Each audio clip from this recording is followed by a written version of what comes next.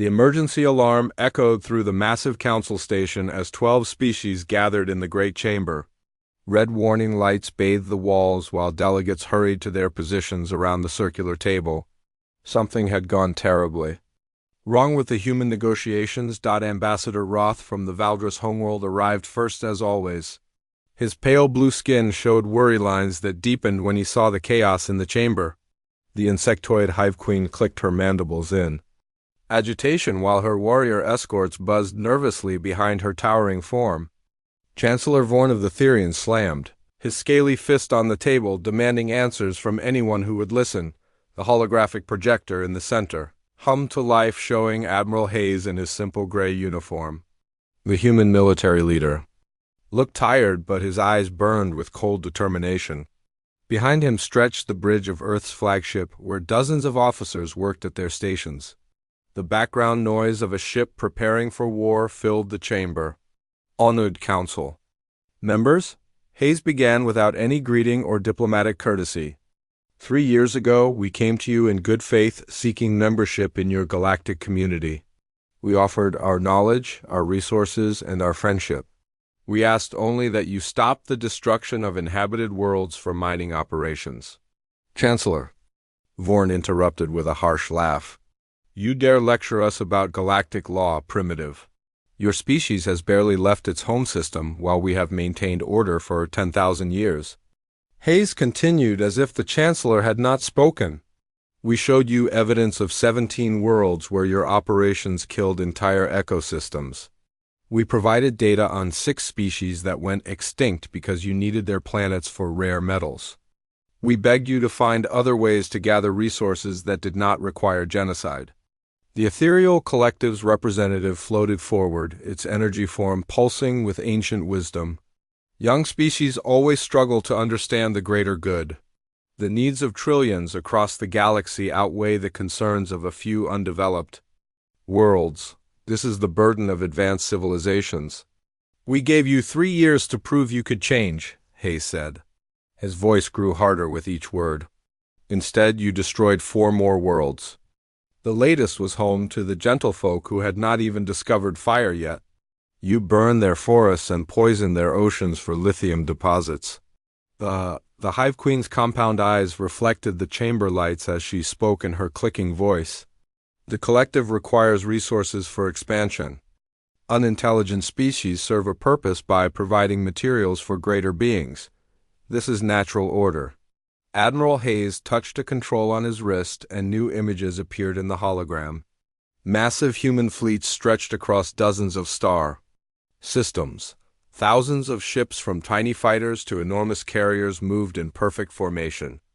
Construction yards worked around the clock building more vessels while planetary defenses came online across human space. We tried diplomacy, Hayes said. We followed your protocols and respected your traditions. We hoped reason would prevail. Over greed, we were wrong. The Synthetic Union delegate processed the information with mechanical precision. Human fleet strength estimated at 2% of combined council forces. Resistance probability approaches 0. Recommend immediate surrender to minimize casualties. You misunderstand our message, Hayes replied. The camera angle shifted to show the true scale of human preparation. We are not asking for terms. We are not seeking negotiations. We are informing you that humanity withdraws from all diplomatic contact with the Galactic Council effective immediately. Silence fell over the chamber. Never in 10,000 years had a species simply walked away from council authority. The very concept seemed impossible to the assembled delegates. Chancellor Vorn recovered first, his reptilian features twisting with rage. You cannot simply refuse our guidance. Every species in this galaxy answers to the Council.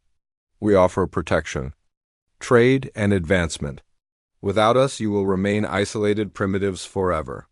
We have learned everything we needed from observing your civilization, Hayes said.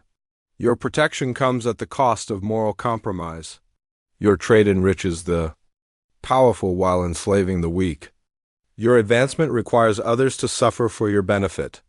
Humanity rejects these principles entirely. The ancient Corvan Empire's war leader stood to his full height, battle scars covering his armored hide. You speak of rejection as if you have choice in the matter. The councils will extend to all inhabited space. Comply or face the consequences of rebellion. Hayes smiled for the first time during the transmission. It was not a pleasant expression. We considered the consequences carefully. The question you should ask yourselves is whether you have considered the consequences of forcing our hand. New images flashed across the hologram showing human colonies throughout the galaxy. Not just in their original territory, but on worlds the Council believed were uninhabitable. Ice planets, desert worlds, gas giant moons, and radiation-soaked rocks all showed signs of human habitation and industrial development. "How is this possible?" whispered Ambassador Roth. "These worlds are listed as uninhabitable in our databases." "Your databases reflect your limitations, not universal truth," Hayes replied. "Humans adapt to conditions other species consider impossible. We have been quietly establishing ourselves throughout the galaxy while you debated our worthiness for membership." The transmission began to fade as Hayes prepared to end the communication. "The mining of inhabited worlds stops now. Any Council vessel approaching human space will be turned away. Any attempt to continue genocide operations will be met with direct intervention. This is not a negotiation. This is our final statement on the matter." Chancellor Vorn lunged toward the hologram as if he could physically grab the human admiral. "You cannot dictate terms to the Council. We have maintained order in this galaxy since before your son was born. We will crush your rebellion and add your species to our client races." The hologram flickered once more, showing Admiral Hayes turning away from the camera. His final words carried the weight of absolute certainty. "You have had 3 years to prove you could share this galaxy peacefully. You chose exploitation over cooperation and genocide over compromise. The age of Council dominance is over. What comes next is entirely up to you." The transmission ended, leaving the chamber in stunned silence. For the first time in their recorded history, the Galactic Council faced a species that simply refused to acknowledge their authority. The implications would reshape everything they thought they knew about power, control, and the natural order of civilized space. 3 weeks of heated debate filled the Council chambers as delegates argued over humanity's shocking rejection.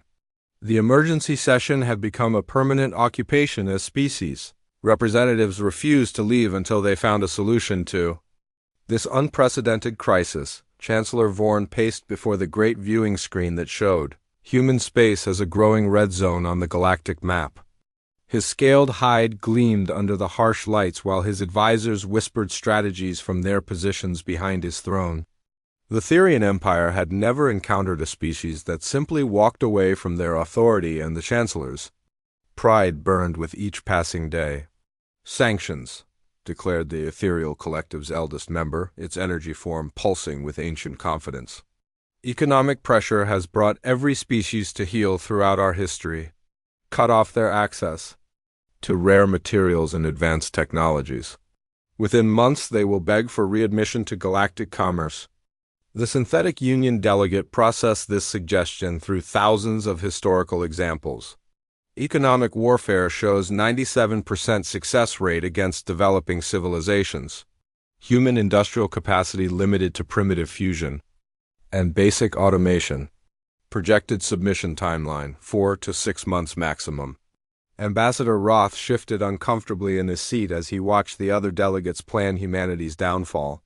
His people had been among the first to join the Council, willingly seeking protection from more aggressive neighbors. The Valdris understood the benefits of cooperation, but they also remembered what it felt like to be threatened by superior forces. "Perhaps we should consider why they rejected our terms," Roth suggested carefully. "Their concerns about inhabited world mining operations may have merit worth examining."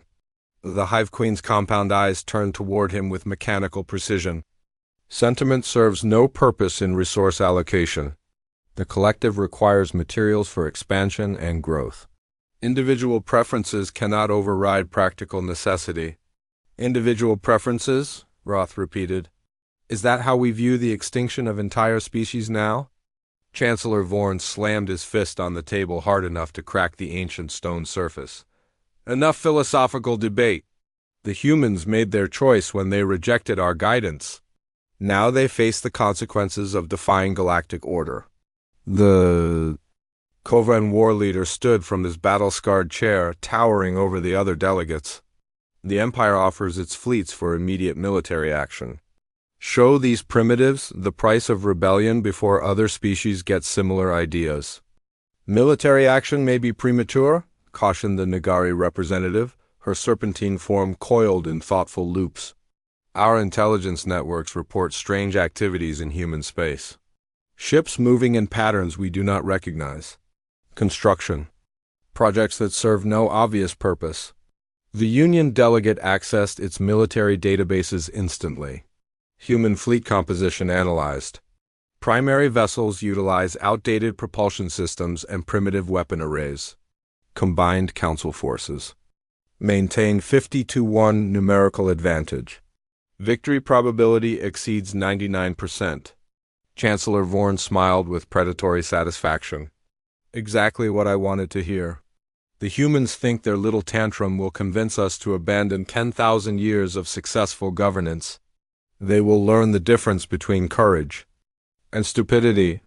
Ambassador Roth studied the reports flowing across his personal display. Something about the human response troubled him deeply, but he could not identify exactly what felt wrong. Have we confirmed these fleet numbers independently? Human military doctrine may differ significantly from our expectations. Their doctrine is irrelevant, the Corvan war leader growled. Numbers and firepower determine victory in space combat. They lack both advantages. This rebellion will end in total surrender within days of our first assault. The Hive Queen clicked her approval. The collective agrees with immediate action. Delayed response encourages other species to question Council authority. Examples must be made to maintain order. Then we are agreed, Chancellor Vorn announced with ceremonial formality. Full economic sanctions take effect immediately. All trade routes to human space close permanently. Any species providing aid or comfort to the rebels face similar punishment. The vote proceeded as expected with only Ambassador Roth abstaining. The Valdres delegate watched as his colleagues celebrated their unanimous decision to crush humanity's defiance. None of them seemed to notice the subtle data collection probes that had been monitoring Council communications for months. What? About their colonies on supposedly uninhabitable worlds, Roth asked during the celebration. How did they establish settlements in locations our surveys deemed impossible for life? The ethereal collective dismissed his concerns with ethereal condescension. Primitive species often survive in harsh conditions through ignorance of their danger. These colonies will collapse without Council support within the first year of sanctions. The mining operations they objected to, Roth pressed. Perhaps we could modify our procedures to address their environmental concerns while maintaining necessary resource extraction. Chancellor Vorn's eyes blazed with fury at the suggestion. The Council does not negotiate with rebels. We establish terms and others comply. This is how galactic civilization has functioned since the dawn of interstellar travel. The Union delegate calculated optimal deployment strategies while the others argued. Blockade fleets require positioning at 17 strategic hyperspace junction points. Human vessels attempting to bypass sanctions will be interdicted and confiscated. Estimated implementation time, 72 hours. Excellent, the Chancellor purred. Send the humans one final message. They have 30 days to reconsider their position and formally request readmission to the Council. After that deadline, we consider them hostile entities and act accordingly. The Corvan war leader's scarred face showed anticipation of coming battle. My fleets stand ready to enforce Council will. Human resistance will crumble before superior technology and experience. Ambassador Roth made one final attempt at reason. What if we are wrong about their capabilities? What if there are factors we have not considered in our analysis? The chamber erupted in laughter from multiple species as delegates found his suggestion hilarious. The idea that primitive humans might pose any real threat to the combined might of the Galactic Council seemed absurd beyond consideration.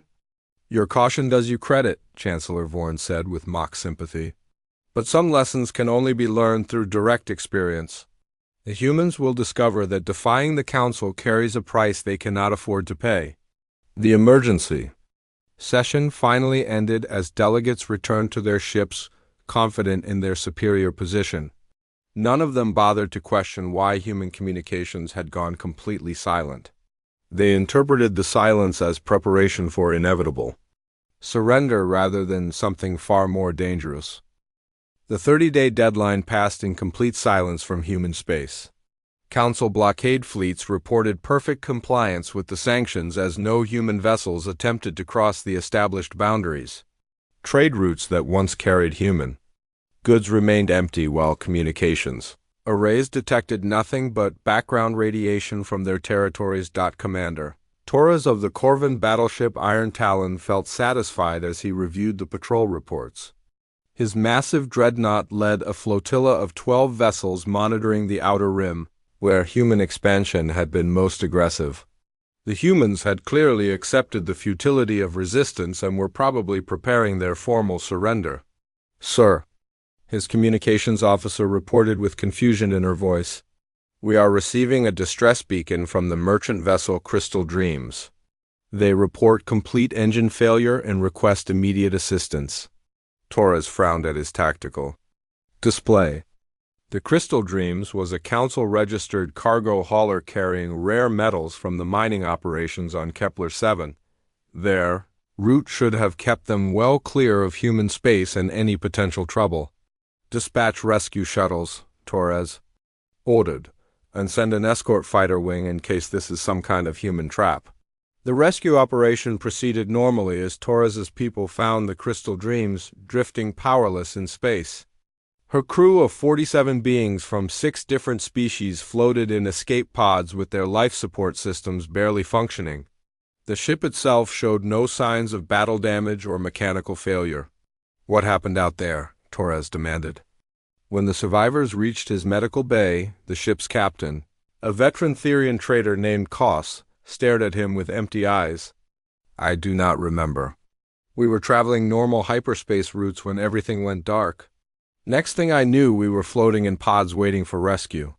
Torres interrogated the entire crew but received the same response from everyone. Complete memory loss covering several hours with no explanation for their ship's fate. The Crystal Dreams had simply vanished from around them, leaving the crew alive but stranded in empty space. Medical scans show no evidence of neural tampering or psychic manipulation, the ship's doctor reported. Their memories were not deleted. It is as if those hours never existed for them. Similar reports began flooding in from across Council space over the following weeks. Ships disappeared without distress signals or wreckage, their crews found days later in escape pods with no memory of what happened. The missing vessels seemed to vanish into thin air while their people remembered nothing. The pattern made no sense to Council military analysts. Pirates took cargo and left bodies. Rebels destroyed ships as symbols of defiance. Natural disasters left wreckage and evidence. But these disappearances left only empty space and confused survivors. Then everything changed when Captain Miller broadcast from the bridge of the Iron Talon itself. The human officer sat in commander, Torres's chair wearing a borrowed Corvan uniform that fit poorly over his smaller frame. Behind him, Torres and his crew worked at their stations under the supervision of human technicians who moved through the ship like they had built it themselves. "Greetings, Council members," Miller said with casual friendliness. "We apologize for the deception, but we needed time to study your technology properly. The Iron Talon and her sister ships have been excellent teachers." Chancellor Vorn's image appeared on the communication screen, his reptilian features twisted with rage. "You will return our vessels immediately and surrender yourselves for judgment. This act of piracy will not go unpunished." "Piracy," Miller laughed. "We prefer to call it aggressive salvage operations. Your ships were abandoned when their crews evacuated safely. We simply claimed them under standard interstellar maritime law." The truth behind the disappearances became clear as Miller explained. Human teams had been infiltrating Council vessels for months using technology the aliens never suspected existed. They studied every system, copied every database, and learned the secrets behind galactic civilization's greatest achievements.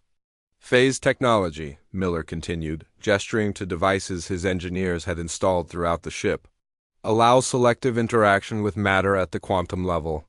We can walk through your walls, disable your systems, and evacuate your crews without ever appearing on sensors. The ethereal collective's representative materialized in the transmission, its energy form blazing with outrage.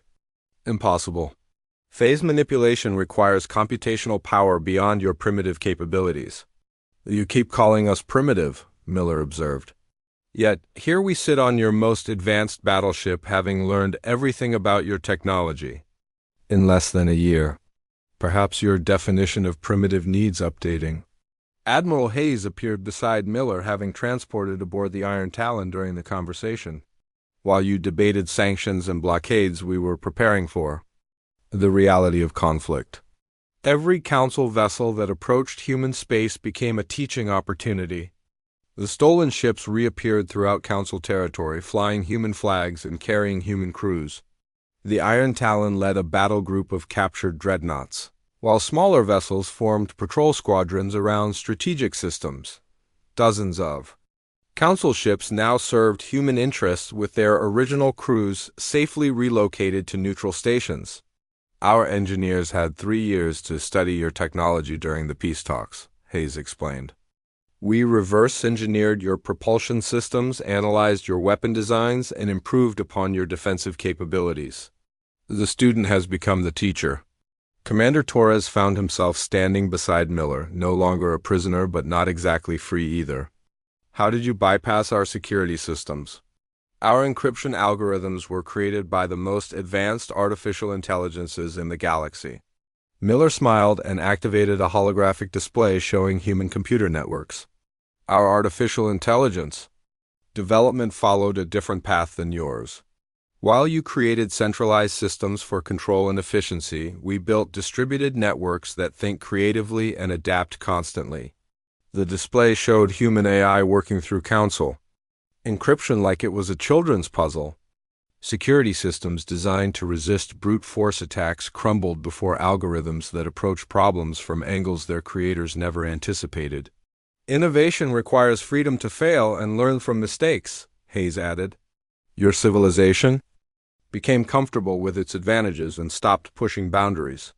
We had no choice but to innovate because survival depended on it. The communication ended with Admiral Hayes delivering humanity's new position. The stolen fleets would remain under human control until the Council agreed to meaningful negotiations about ending the destruction of inhabited worlds. Any attempt to reclaim the vessels would be met with escalating responses. Chancellor Vorn stared at the blank screen long after the transmission ended. For the first time in his long career, he faced an enemy that had turned his own advantages against him. The humans had not just rejected Council authority, they had made it irrelevant through superior adaptation and innovation. The Council chambers descended into chaos as reports flooded in from across galactic space. What began as isolated ship thefts had exploded into systematic rebellion spanning dozens of star systems.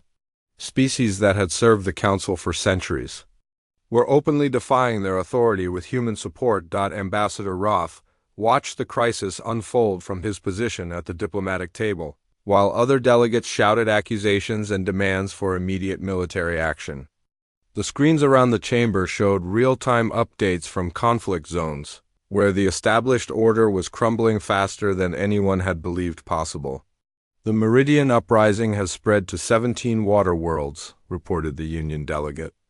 With mechanical precision, aquatic labor forces have ceased all deep-sea mining operations and declared independence from Council oversight.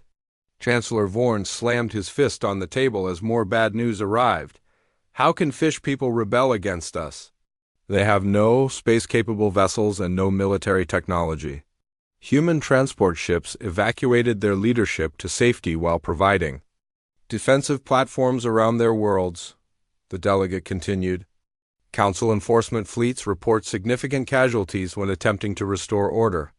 The Hive Queen clicked her mandibles in agitation as she processed similar reports from her territory. The Rockburn have abandoned their mining assignments. En masse, silicon-based workers claim human promises of citizenship in exchange for industrial support. Ambassador Roth studied the tactical displays with growing amazement. The Rockburn had been treated as living mining equipment for over 3 centuries. Their crystalline bodies could survive in environments that killed other species, making them invaluable for dangerous extraction work. The idea that they might have desires beyond their assigned functions had never occurred to the Council. Humans are offering them what we never did, Roth observed quietly. Recognition as sentient beings with rights and freedoms. They are tools, the Hive Queen snapped. Efficient biological machines designed for specific purposes. Rights and freedoms are concepts that apply only to truly intelligent species. The Corvan war leader rose from his seat, battle scars prominent on his armored hide. Enough philosophy! My fleets will crush these rebellions and restore proper order. Let the humans hide behind primitive species while real warriors handle the fighting. Your fleets are already engaged across 12 systems, the Union delegate informed him. Current casualty rates exceed acceptable parameters for sustained combat operations. Human tactical doctrine emphasizes unconventional warfare that neutralizes our numerical advantages. Admiral Hayes materialized in the chamber via holographic projection, his image clear despite the jamming attempts Council technicians had implemented. Behind him, the bridge of his flagship showed humans working alongside beings from dozens of different species in perfect cooperation. Members of the former Galactic Council, Hayes began with formal courtesy that somehow carried more menace than any threat. We come to you with an offer of negotiation to end the current hostilities. Chancellor Vorn leaped to his feet, his reptilian features twisted with rage. You will surrender immediately and return our stolen property. Then you will submit to judgment for crimes against galactic civilization. I believe you misunderstand the current situation, Hayes replied calmly. Let us review recent developments to clarify matters. The chamber's main display activated, showing a real-time map of galactic space. Red zones marked areas of active rebellion, while green sections indicated regions under human protection. The spread of defiance against Council authority was staggering in its scope and speed. The Broken Chain movement now includes 47 species previously classified as client races or indentured workers. Hayes continued. Each group has declared independence from Council oversight and requested human assistance in defending their freedom. Ambassador Roth felt his heart sink as he recognized many of the species' names. The gentle builders who created the most beautiful architecture in known space. The deep singers whose music could heal emotional trauma. The star weavers who maintained the quantum communication networks that connected distant worlds. These are peaceful species, Roth protested. They pose no military threat to Council authority. Peaceful species who have been exploited for millennia by those who claim to protect them, Hayes corrected. We offered them a choice: continue serving masters who view them as property, or join a federation where their contributions are valued and rewarded. The ethereal collective's representative pulsed with ancient fury. You corrupt the natural order with impossible promises. Lesser species require guidance from their superiors. This has been universal law since the dawn of civilization. Your universal law is ending, Hayes replied.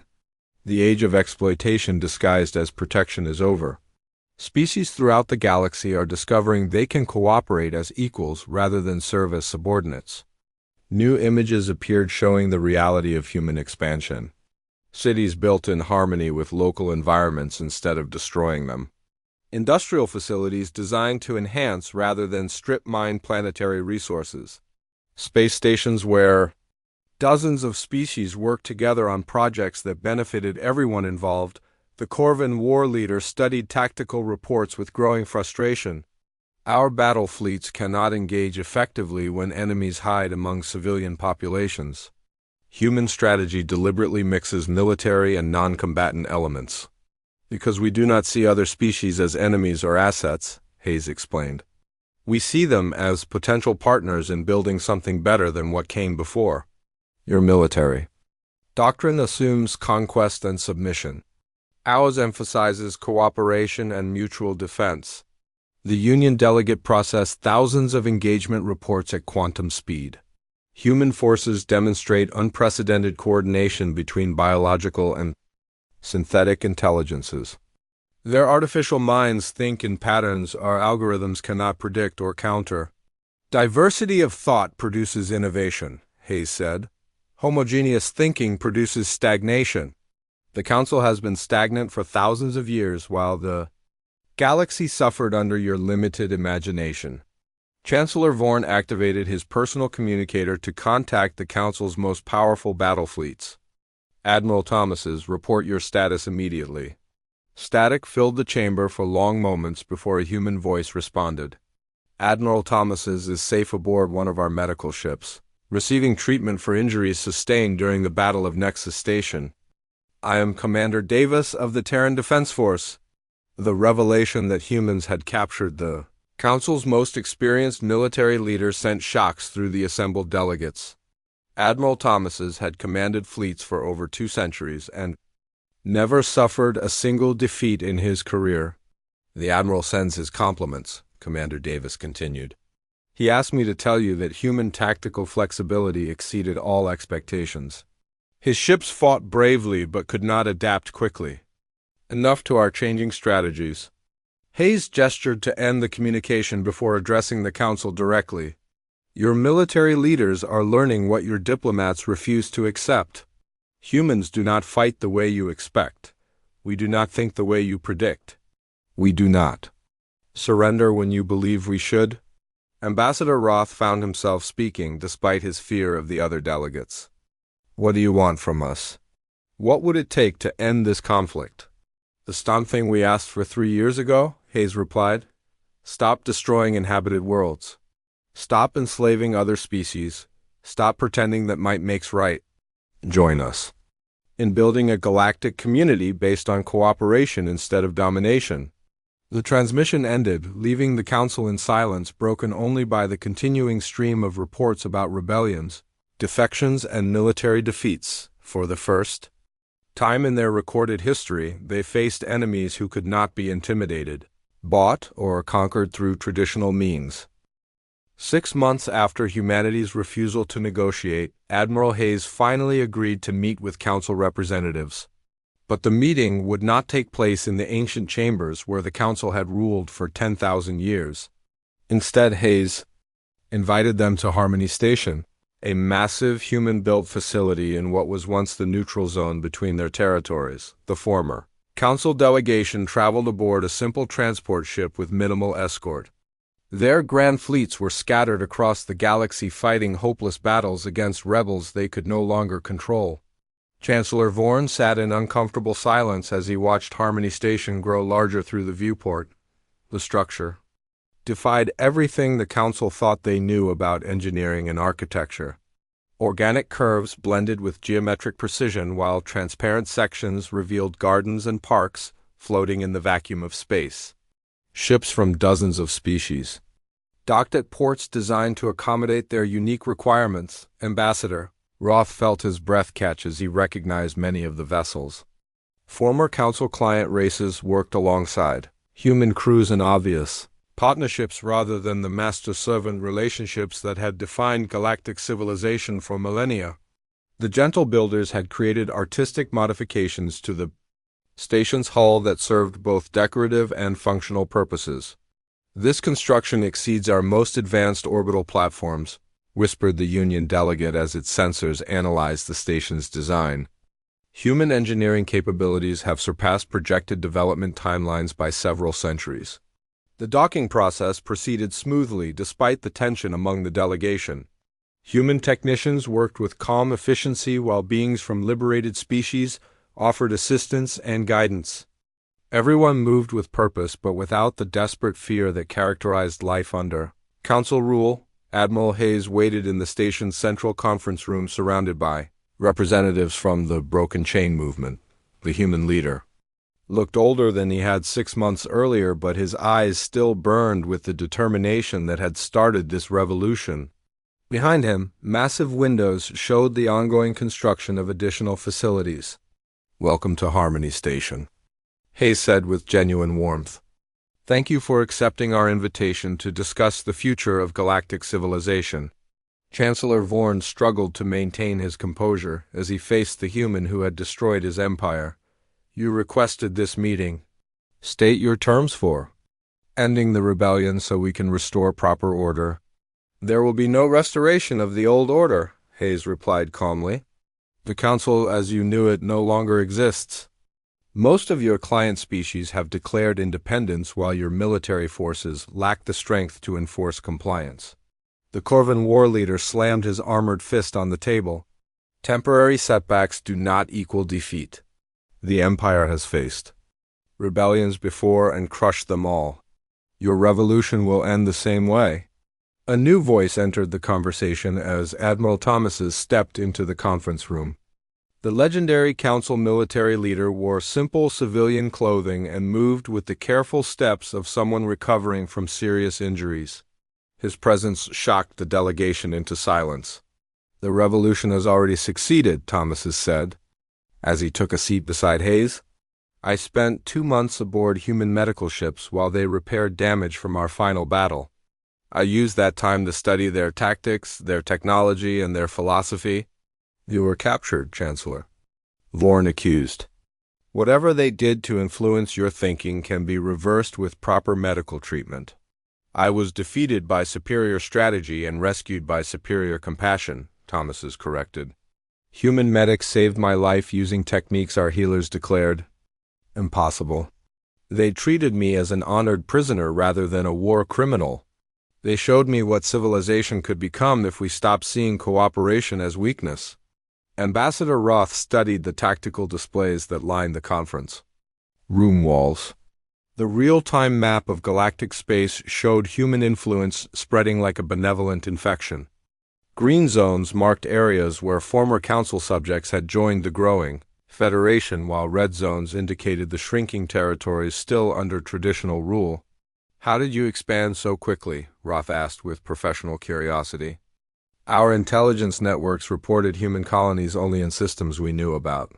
Hayes activated a holographic projector that revealed the true scope of human expansion. Settlements existed on worlds the Council had dismissed as uninhabitable, including gas giant moons, radiation-soaked asteroids, and planets with toxic atmospheres. Each colony thrived using adaptation techniques that transformed hostile environments into thriving communities. "We learned early that survival required accepting conditions others would reject," Hayes explained. "While you searched for worlds that matched your preferences, we developed methods to live anywhere life was possible." The Union delegate processed the implications at quantum speed. "Human expansion proceeded undetected because you settled locations outside our monitoring networks. Estimated total population exceeds Council projections by factor of 12. Conservative estimate," Admiral Thomases added with something approaching admiration. "Human reproductive rates and technological development accelerated dramatically once they committed to galactic expansion. They did not just grow their population. They improved it through selective adaptation to different environments." The ethereal collective's representative flickered with ancient confusion. "Impossible. Environmental adaptation requires millions of years of evolutionary pressure. Species cannot change fundamental biology through conscious choice." Hayes smiled and gestured to the viewing ports where humans worked alongside beings whose biology should have made cooperation impossible. "We did not change our biology. We changed our technology to bridge the gaps between different forms of life." The demonstration continued as beings who breathed different atmospheres worked together in specially designed environment suits. Species with incompatible nutritional requirements shared meals through molecular converters that made any food source edible for any biology. Communication barriers dissolved through translation systems that conveyed not just words but emotions and intentions. "This is the foundation of our Federation," Hayes continued. Not domination of the weak by the strong, but cooperation between equals who contribute their unique strengths to benefit everyone. Chancellor Vorn made one final attempt to salvage his authority. You speak of cooperation, but we know about your weapons. Our captured personnel reported technologies that could destroy entire star systems. Surely you understand that such power requires responsible oversight. Responsible oversight, Hayes repeated thoughtfully, like the oversight that allowed 17 inhabited worlds to be strip-mined for resources. Like the oversight that enslaved the Meridians for 3 centuries. Like the oversight that classified the Rockburn as mining equipment instead of sentient beings. The human admiral stood and walked to the central viewing port where Harmony Station's construction continued under the light of a nearby sun. Ships from across the galaxy delivered materials and personnel, while crews worked in shifts that never stopped improving their shared home. We do possess weapons capable of destroying worlds, Hayes admitted. The same weapons you used to enforce Council authority for 10,000 years. The difference is that we choose not to use them. Why? Asked Ambassador Roth. Power without enforcement is meaningless. How do you maintain order without the threat of overwhelming force? Hayes turned back to face the delegation with expression of profound sadness. Because we learned from your example what happens when power becomes its own justification. The galaxy does not need more conquerors. It needs builders, healers, teachers, and dreamers working together to create something worth preserving. The negotiations continued for days as the former council delegates struggled to understand a civilization that voluntarily limited its own power. The terms Hayes offered were simple but revolutionary. Dissolve the hierarchical council structure, establish democratic representation for all species, and immediately end all exploitative practices. And if we refuse? Chancellor Vorn asked during the final session. Hayes looked out at the stars visible through the conference room windows. Then you return to your remaining territories and govern them as you see fit. But you will not expand beyond those borders. You will not interfere with liberated species. And you will find that isolation brings its own consequences. The threat was subtle but unmistakable. The Council's former subjects controlled most of the galaxy's resources and trade routes. Without access to the growing Federation, the remaining Council territories would become economic backwaters cut off from technological advancement and cultural exchange. Ambassador Roth was the first to break the silence that followed. The Valdris Republic will accept the proposed terms. We request membership in the new Federation and formal recognition of our independence from Council authority. His words triggered a cascade of similar declarations as other delegates realized their old system was truly dead.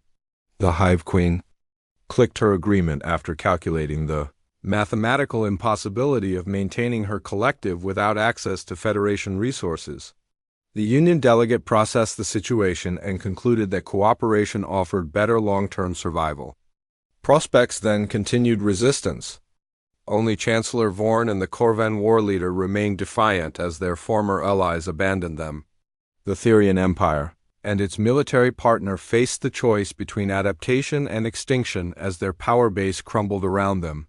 This is not over, Vorn snarled as he prepared to leave the station. The natural order will reassert itself. Strong species will dominate weak ones as they have since the beginning of time.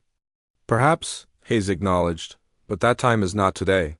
And if we have built something worth preserving, it may never come. The formal signing ceremony took place in Harmony Station's Great Assembly Hall where thousands of beings from hundreds of species gathered to witness the birth of the Galactic Federation. The old council chambers had been converted into a memorial for victims of the previous regime while the new government operated from rotating capitals to prevent any single species from dominating others. Admiral Hayes stood before the massive crowd as beings who had been enemies months earlier worked together to establish the legal framework for their shared future. The gentle builders had designed the ceremonial documents while deep singer choirs provided music that somehow harmonized across dozens of different auditory systems. Today we do not celebrate victory over our enemies, Hayes announced as his words were simultaneously translated into hundreds of languages. We celebrate the triumph of cooperation over domination, of diversity over uniformity, of hope over fear. The applause that followed mixed mechanical clicking, harmonic singing, ultrasonic whistles, and dozens of other expressions of approval from species that had never been allowed to participate as equals in galactic governance. Ambassador Roth found himself standing beside former enemies who had become partners in building something unprecedented. "What happens now?" asked Admiral Thomases as the ceremony concluded and delegates began planning their return to their homeworlds. "How do you maintain unity among so many different species with conflicting interests?" Hayes smiled as he watched human children playing with young beings from a dozen other races in the station's educational areas. "The same way any family works. We argue, we compromise, we make mistakes, and we learn from them. But we do it together instead of trying to force others to submit to our will." The former Council territories that rejected Federation membership found themselves increasingly isolated as trade routes shifted and technological development accelerated beyond their reach. Chancellor Vorn's Therian Empire slowly collapsed, as its subject races defected to join the growing alliance of equals. Within a year, only the most stubborn holdouts remained outside the Federation. Even the Corvin Empire eventually applied for membership after their war leader was replaced by younger officers who understood that military strength meant nothing without economic support and technological advancement. The galaxy that emerged from humanity's refusal to accept peace talks bore little resemblance to the rigid hierarchy that had ruled for 10,000 years. Species that had been enslaved became valued partners. Worlds that had been strip-mined were restored through technologies developed cooperatively by multiple races working together. Admiral Hayes retired from active duty but remained as an advisor to the Federation's governing council. He spent his final years traveling between worlds where former enemies had become friends, where diversity was celebrated rather than suppressed, and where the strong protected the weak instead of exploiting them. The memorial plaque installed in the old council chambers bore a simple inscription that captured humanity's greatest contribution to galactic civilization. "We did not want war, we wanted justice."